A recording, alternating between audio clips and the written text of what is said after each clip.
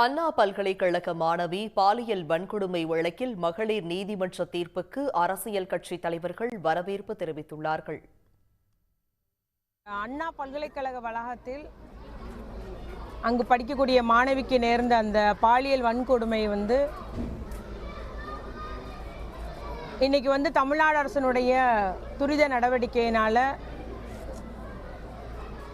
அந்த நீதிமன்றத்தில் நடைபெற்ற அந்த வழக்கு இன்னைக்கு வேகமாக முடிக்கப்பட்டு 5 மாதத்திற்குள்ளாக டிசம்பர் 23ஆம் தேதி நடந்த அந்த நிகழ்வுக்கு இன்னைக்கு தீர்ப்பு வழங்கப்பட்டிருக்கு.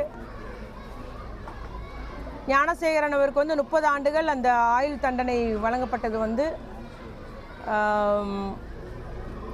பெண்களை இழிவாக கருதி போக பொருளாக எண்ணி, ஏன்னா உடல் வலிமையிலே பெண்கள் வலிமை குறைந்தவர்கள் தான், அதை வைத்து அவர்களை மிரட்டுவது, பாலியல் வன்கொடுமை செய்யும் அந்த சமூக விரோதிகளுக்கெல்லாம் இது சரியான பாடமாக இருக்கும்.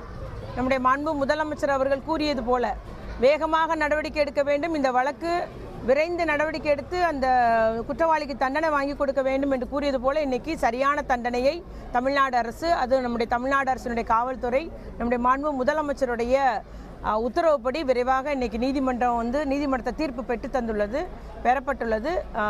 ஒரு சரியான ஒரு நடவடிக்கையாக கருதப்படுகிறது. பெண்கள் இனி தைரியமாக புகார் கொடுக்கலாம். நம்மை பாலியல் கொடுமைகளுக்கு உள்ளாக்கும் ஆண்களை பற்றிய புகார் தர முன் வருவார்கள். பெண்கள் மத்தியில் இன்னும் ஒரு விழிப்புணர்வு ஏற்படும் என்பதை நான் இங்கு கூறிக்கொள்ள விரும்புகிறேன். எதிர்பார்த்த வகையிலே இந்த தீர்ப்பு அமைந்திருப்பது ஆறுதல் அளிக்கிறது. இதுபோன்ற பாலியல் குற்ற வழக்குகளில் அளிக்கப்படுகிற தீர்ப்பு பெண்களுக்கு பாதுகாப்பை உறுதிப்படுத்துவதாக அமைகிறது. அண்மையிலே பொள்ளாச்சி பாலியல் கூட்டு வன்புணர்வு வழக்கில் நீதிமன்றம் அளித்த தீர்ப்பும், இப்போது அண்ணா பல்கலைக்கழக வளாகத்தில் நடந்த பாலியல் குற்றச் செயலுக்கான தீர்ப்பும் நீதிமன்றத்தின் மீதான நம்பகத்தன்மையை பெருக்கி இருக்கிறது, மேலும் உறுதிப்படுத்தி இருக்கிறது. அந்த வகையிலே நான் இந்த தீர்ப்பை வரவேற்கிறேன், பாராட்டுகிறேன். இன்று 30 ஆண்டு காலம் குற்றவாளி ஞானசேகரனுக்கு தண்டனை அளிக்கப்பட்டிருக்கிறது. இது ஒரு மனசுக்கு ஒரு ஆறுதலாகவும் திருப்தியாகவும் இந்த தீர்ப்பு இருக்கிறது. இந்த டிசம்பர் 25ஆம் தேதி குற்றவாளி ஞானசேகரன் கைது செய்யப்பட்டார். இன்னைக்கு ஜூன் 2, ஏறக்குறைய ஒரு 5 மாத கால அளவுல மிக வேகமாக இந்த வழக்கு விசாரிக்கப்பட்டு இன்று நீதி நிலைநாட்டப்பட்டிருக்கிறது. இந்த வழக்கை பொறுத்த வரைக்கும்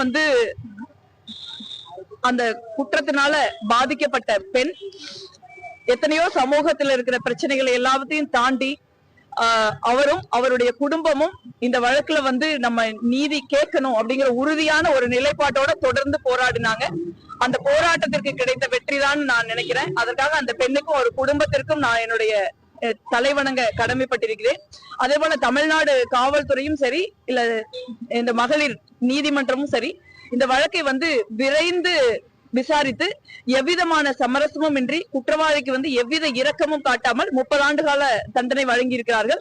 இது இந்த மாதிரி பெண்களுக்கு எதிரான பாலியல் குற்றங்களை நடத்திவிட்டு எளிதாக தப்பித்து விடலாம் என்று நினைக்கிற ஆண்களுக்கு இது ஒரு பாடமாக அமையும்.